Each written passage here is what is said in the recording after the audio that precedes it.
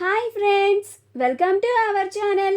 గుండె నిండా గుడి గంటలు సీరియల్ నెక్స్ట్ ఎపిసోడ్లో ఏం జరగబోతోందో ఈ వీడియోలో చూసి తెలుసుకుందాం.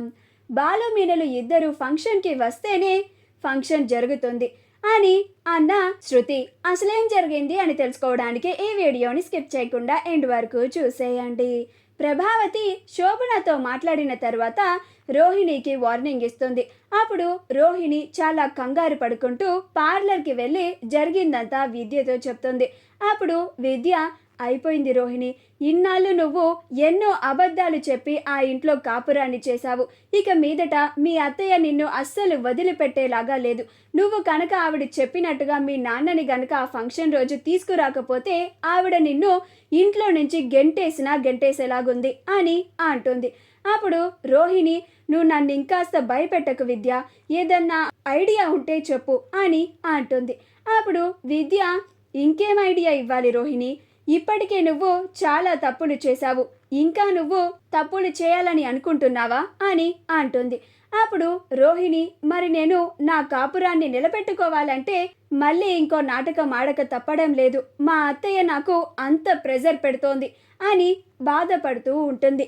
ప్రభావతి సత్యం రాగానే, ఎవండి, నేను మీతో ఒక విషయాన్ని చెప్పాలి అని అంటుంది. అప్పుడు సత్యం, ఏంటది ప్రభా అని అంటాడు. అప్పుడే మీనా కూడా అక్కడికి వస్తుంది. అప్పుడు ప్రభావతి, శృతి వాళ్ళ అమ్మగారు వచ్చి నాతో మాట్లాడి వెళ్ళారండి. శృతి వాళ్ళ అమ్మగారు శృతికి మెడలో పుస్తల తాడు వేయాలనుకుంటున్నారు. ఆ ఫంక్షన్ని చాలా గ్రాండ్గా చేయాలనుకుంటున్నారు. అందుకోసం పెద్ద ఫంక్షన్ హాల్ని కూడా బుక్ చేశారంటండి. అది సోమవారమే చేయాలని అనుకుంటున్నారంట. ఆ రోజే మన రోహిణికి కూడా వాళ్ళ అమ్మా నాన్నలని రోహిణి మెడలో కూడా పుస్తల తాడుని వేయమని నేను చెప్పానండి అని అంటుంది. అప్పుడు సత్యం, చాలా మంచి విషయం చెప్పావు ప్రభా అని అంటాడు. అప్పుడు ప్రభావతి, కానీ శృతి వాళ్ళ నాన్నగారు ఒక చిన్న కండిషన్ పెట్టారండి అని అంటుంది. అప్పుడు సత్యం ప్రభావతి వైపు అనుమానంగా, ఏంటది అని అంటాడు. అప్పుడు ప్రభావతి, అది ఆ ఫంక్షన్కి మన బాలు రాకూడదంటండి అని అంటుంది. అప్పుడు సత్యం, ఏంటి ప్రభా, ఏం మాట్లాడుతున్నావు నువ్వు అని అంటాడు. అప్పుడు ప్రభావతి, అవునండి, ఆ బాలు ఆ ఫంక్షన్కి రాకపోతేనే మంచిది, లేకపోతే అక్కడికి వచ్చి ఏదో ఒక గొడవ చేస్తూనే ఉంటాడు.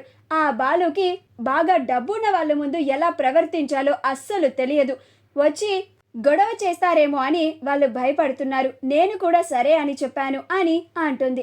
ఆ బాలు ఫంక్షన్కి రాకుండా మీరే చేయాలి, మీరు చెప్తే వాడు ఖచ్చితంగా వింటాడు అని అంటుంది. అప్పుడు సత్యంకి కోపం వచ్చి, అలాగే ప్రభా, నువ్వు చెప్పినట్టుగానే బాలు ఆ ఫంక్షన్కి రాడు అని అంటాడు. ఆ మాట వినగానే మీనా కూడా ఆశ్చర్యపోతుంది. ఏంటిది, మావయ్య గారు కూడా ఆయన్ని ఆ ఫంక్షన్కి రానివ్వకుండా ఉంచడానికి ఒప్పుకున్నారు అని అనుకుంటూ ఉంటుంది.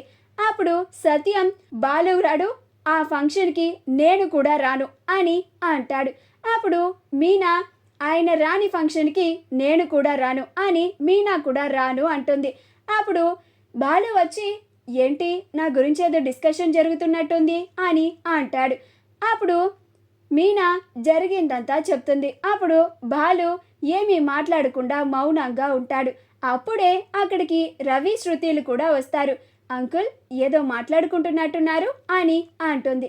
అప్పుడు ప్రభావతి జరిగిందంతా చెప్తుంది. అప్పుడు శృతి, ఏంటిదాంటి, మీరు కూడా మా అమ్మ వాళ్ళు చెప్పినట్టుగా మాట్లాడుతున్నారు. బాలు మీనలు ఆ ఫంక్షన్కి రాకపోతే అసలు ఫంక్షనే జరగదు. నేను ఆ ఫంక్షన్ని చేయించుకొని కూడా నేను వెంటనే మా అమ్మకి కాల్ చేసి మాట్లాడతాను అని అంటుంది. మా వీడియో కనుక మీకు నచ్చినట్లయితే లైక్ చేయండి, షేర్ చేయండి, మా ఛానల్ని సబ్స్క్రైబ్ చేసుకోండి, పక్కనే ఉన్న బెల్ ఐకాన్ని క్లిక్ చేయడం మాత్రం మర్చిపోకండి.